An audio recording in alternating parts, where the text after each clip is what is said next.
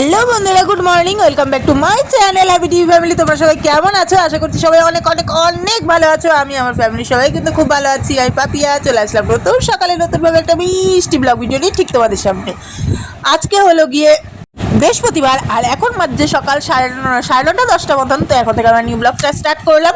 তো ওইদিকে তো আশিপাশি কাজ সমস্ত কিছু কমপ্লিট হয়েই গেছে, আর এদিকে জামা কাপড়টা কাছে বাকি আছে, বাকি ছিল শুধু জামা কাপড়গুলো কাচা। এদিকে জামা কাপড়গুলোও কেচে নিলাম, আর এদিকে জামা কাপড়গুলো কেচে নিয়ে এবার মেলে দিচ্ছি, ব্যাস। তারপরে মেয়েকে খাইয়ে ধুয়ে নিয়ে যাবো স্কুলে। ওদিকে তো তাড়াহুড়ো একটা রয়েইছে, প্রত্যেকটা দিন সকালবেলা একটা বিশ্বযুদ্ধ চলে বলতে পারো। মেয়েটাকে যতক্ষণ না স্কুলে পাঠাচ্ছি ততক্ষণ এই বিশ্বযুদ্ধ যেন থামেই না। তো যাই হোক, এদিকে দেখো কী রাঁধবো করে মাথায় তো কিছুই আসছিল না। তারপরে মাথায় অনেক কষ্টে নিয়ে আসলাম যে চলো, বাবা ওই যে পুঁটি মাছ দিয়েছিল, কটা পুঁটি মাছের ঝাল দিলাম, বেগুন দিয়ে আলু দিয়ে করব, আর তার সাথে করবো পুঁই শাকের চচ্চড়ি, আর তার সাথে মুসুরির ডাল। ডালটা হয়ে গেছে অনেক সকালেই, কাজ করতে করতে ডাল আর ভাতটা করে নিয়েছি, কিন্তু হচ্ছিলো গিয়ে তরকারিটা করা হয়নি। আর তরকারিটা হবে কি করে, মেয়েকে ওই যে তাড়াতাড়ি স্কুলে পাঠাবো, তাড়াহুড়ো ছিল। আর এদিকে মশলা না করলে তো তরকারিতে ভালো লাগে না। আগে গুঁড়ো মশলা দিয়ে তরকারি খেতাম, কিন্তু এখন জানি না কেন গুঁড়ো মশলার তরকারি আর খেতে ভালো লাগে না। শিলনোড়ায় বাটা একটা তরকারির যেন স্বাদ আর টেস্ট একদম আলাদা। তো যাই হোক, এদিকে এই কারণে শিলনোড়ায় মশলাটা করে নিচ্ছি। আদা বাটা, জিরে বাটা, লঙ্কা বাটা, রসুন বাটা দিয়ে করব পুঁই শাকের চচ্চড়ি। মেয়েটা বেশ কয়েকদিন ধরে পুঁই শাকের ডাঁটা চিবাবে বলে বায়না ধরছিল। ওদিকে তো স্কুলে গেছে, এসে যদি পুঁই শাকের ডাঁটা খায় তো খুব আনন্দ পাবে যে মা তুমি করে দিয়েছো। তো যাই হোক, এদিকে দেখো, আর পুঁই শাকটা করবো করে ইচ্ছা থাকলেও করতে পারছিলাম না, কেননা মানে পুঁই শাকে একটু কুমড়ো না দিলে না ভালো লাগে না, সেই কারণে। তারপরে এই দিকটা মোছা বাকি ছিল, তো এবার এই দিককার ঘর বাড়িটা মুছে নিয়ে যেটুকু রান্না বাকি আছে সেটাও কমপ্লিট করে নেব। দিয়ে নিয়ে প্রত্যেক দিনে যেমন ডেলি কাজ, তো সেটাই ওই যে বললাম, সকাল থেকে উঠে রান্না যতক্ষণ না ফুল কমপ্লিট হয় মনে হয় যেন একটা বিশ্বযুদ্ধ চলতে থাকে। আর সকাল থেকে মেয়েকে তো স্কুলে দিয়ে এসেছি ঠিকই, কিন্তু এখনও বিশ্বাস করো বন্ধুরা, আমি কিচ্ছু খাওয়ার টাইম পাইনি জানো। এখানে একটুখানি সেই কারণে হরলিক্স আর দুধ গুলে নিয়েছিলাম, এদিকে রাঁধছিলাম আর খাচ্ছিলাম। মানে এতটাই তাড়াহুড়ো ছিল যে সকাল থেকে কিছু খাওয়ার আমি টাইমই পাইনি। মেন দোষটা আমারই, কেননা উঠতে হয়ে গেছিলো অনেকটা বেলা, ঘুম ভেঙেছিল বেশ অনেকটা সকালেই, কিন্তু কি জানো তো, ওই যে উঠছি করে আর কে ওঠে, তো সেই বেলা হয়ে গেছে উঠতে, তো সেই কারণে এই অবস্থা। আর না এত বেলা কখন রান্না হয়ে যেত, রান্নাবাড়ি করে নিয়ে পায়ের উপর পা তুলে বসে থাকতাম। ওইদিকে মেয়েটা স্কুলে দিয়ে এসে গেছিলাম, একটু কিছু জিনিসের দরকার ছিল জেরক্স করা, সেই জেরক্সগুলো করতে গিয়ে হয়ে গেছে দেরি। রান্না তো অর্ধেক করেই রেখে গেছিলাম, চুনো মাছ ধরেছিল না বাবা সকালবেলা, সেই চুনো মাছ দিয়ে আলু দিয়ে বেগুন দিয়ে চচ্চড়ি করেছি, আর টমেটো দিয়ে করেছি ডাল। আর এখন করব পুঁই শাকের চচ্চড়ি। এখানে কুমড়ো, আলু, পটল কেটে নিয়েছি, আর পুঁই শাক কাটবো, দু তিন ডাল পুঁই শাক কাটতে লাগবে। চলো, ঘর পিছন দিয়ে এত সুন্দর পুঁই শাক, মানে ইসে হচ্ছে পুঁই শাক, কাঁচা পুঁই শাক দেখলে যেন লোভ লেগে যাচ্ছে, এমন একটা ব্যাপার। আর মেয়ে তো এখন স্কুলে, মেয়েকে আনতে যাবো, দেরি আছে, এখন 12:30 বাজে, মেয়েকে আনতে যাবো 1:30টার সময়। চলো পুঁই শাকের 4-5টা ডাল কেটে নিই। তারপরে এই যে চলে আসলাম পুঁই শাক কাটতে। এখানে এবার পুঁই শাকটা কেটে নেবো। এত সুন্দর কচি কচি ডগা না বন্ধুরা, বিশ্বাস করবে না তোমরা, এত টেস্ট। আগেও একদিনকার রান্না করেছিলাম, মানে এত সুন্দর লাগে কচি কচি মোটা মোটা ডেটাগুলো, মানে খুব সুন্দর লাগে। আমার মেয়ের কি বলবো, ও তো বাচ্চা মানুষ। আর এখন একটা জিনিস আমি দেখেছি, বড়দের থেকে যেন বাচ্চাদের মুখের টেস্ট আর স্বাদ ওইটা একটু বেশি। আর আমার মেয়ে তো এমনি ঝাল খাবার খেতে পছন্দ করে, সেখানে টেস্টের কথা আর কী বা বলবো বলো। তো যাই হোক, এদিকে আমার শ্বশুর পুঁই শাকের মাচাটা দিয়েছে, এত ভালো করেছে, আমার আর পুঁই শাক খুঁজতে বেশি দূরে যেতে হয় না, যে ওই উপরে উপরে পুঁই শাকের ডাঁটি আছে, মানে আর কি ডগা। এই দুয়ারের সামনে পুঁই শাকের সুন্দর বেশ সরু সরু ডগাগুলো ঝোলে, তো এই দিয়ে আমার বেশ হয়ে যায়, বেশ ভালোই হয়। তো যাই হোক, চলো এবার পুঁই শাকটা কেটে নিয়ে রান্নাটা বসিয়ে দিই।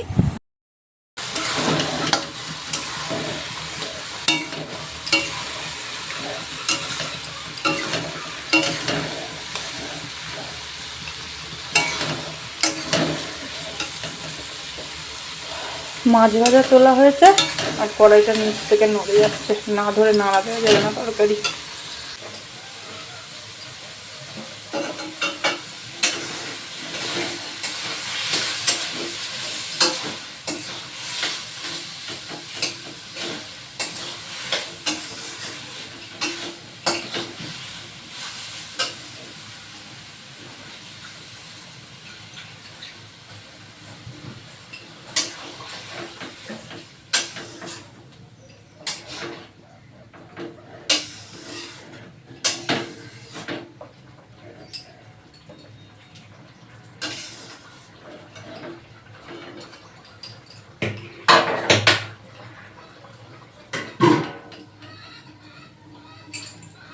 এখন বাজে বিকেল প্রায় 3:30-4টে মতন, আর আজকে বৃহস্পতিবার।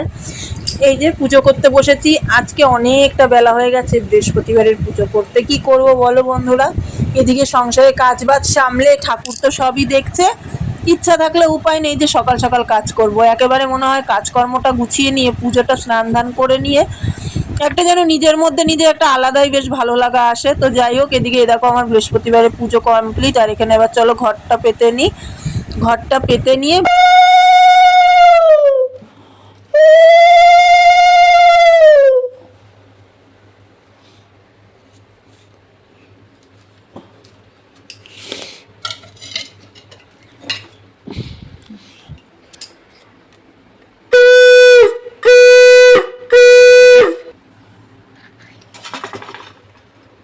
এদিকে ঠাকুরের জন্য ভোগও রেডি করে নিয়েছি। এখানে আজকে ঠাকুরকে দিলাম বাতাসা আর কলা।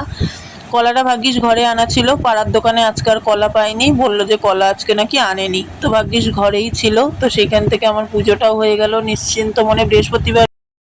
আজকে এতক্ষণ পরে তোমাদের সামনে এসে কথা বলার সময় হলো ফাইনালি। বিশ্বাস করো বন্ধুরা, শরীরটা তো এনার্জি ছিল না, তার সাথে সাথে আজ সারাটা দিন যে মানে বৃষ্টি হচ্ছিল আর এতটা পরিমাণে ব্যস্ততা ছিল। ব্যস্ততা কিন্তু কিছুই ছিল না, আবার অনেকই ব্যস্ততা ছিল। যদি বলো কেমন, রান্না বসেছি আজকে সেই সকাল 8টার সময়, কিন্তু সেই রান্না আমার শেষ হলো বেলা 1টার সময়। কেন জানো? দাঁড়াও বলছি কারণটা হচ্ছিল গিয়ে 8টা থেকে 2টো তরকারি করলাম, মানে ডাল আর চুনো মাছ আলুর চচ্চড়িটা করলাম, ভাত করলাম, দিয়ে মেয়েকে স্কুলে নিয়ে গেলাম। তারপরে সেই যে জেরক্সের দোকানে ঢুকেছি, আর এত পরিমাণে জেরক্সের দোকানে ভিড় ছিল না, সে মানে ধারণারও বাইরে এত ভিড় ছিল জেরক্সের দোকানে। আর জেরক্স করে জমা দিতেই হবে, যেহেতু আমার ওই যে বললাম কিছু সমস্যার কারণে, কিছু সমস্যা নয়, একটাই সমস্যার কারণে আমার ওই যে ভোটার লিস্টের নাম কেটে গেছে, ঠিক আছে? তো সেই সমস্যাটা সমাধান করে নিয়ে এসেছিলাম তোমার হচ্ছিলো ইয়ের দিয়ে, ওই কোর্টে থেকে। সেই কদিন আগে রানাঘাট কোর্টে গেলাম, তোমরা তো জানো, দিয়ে নিয়ে আজকে ভাবলাম আজকে জমা দেবো সব কিছু মিলে নিয়ে। ও বাবা, সেই এত জেরক্সের দোকানে ভিড়, সে ভিড় ঠেঙিয়ে শেষ পর্যন্ত বাড়ি আসলাম তখন কটা বাজে? 1টা বাজে। সেই 11:30 পৌনে 12টা থেকে একভাবে দাঁড়ানো জেরক্সের দোকানে, এত ভিড় ছিল।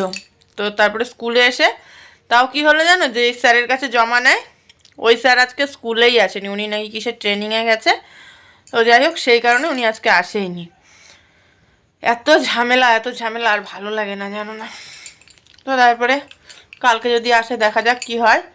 ফালতু আমার দাঁড়ানোটাই পুরো মানে বেকার হলো, জানো কেন জানো? আর যদি আরেকটু আগে যদি জানতাম তাহলে আজকে আমি হচ্ছিল করতাম না, মানে আর কি অতক্ষণ লাইন দিতাম না, ধীরে সুস্থে আমি বিকালবেলায় যেতাম। আর মেয়েকে আজকে স্কুলে দিয়ে আসতে গিয়ে আমি তো স্কুলের ভিতরে ঢুকিনি, আমি জানি স্যার এসছে, এই হলো ব্যাপার। এদিকে মেয়ের দিদিমণি পড়িয়ে নিয়ে চলে গেছে, এই দেখো।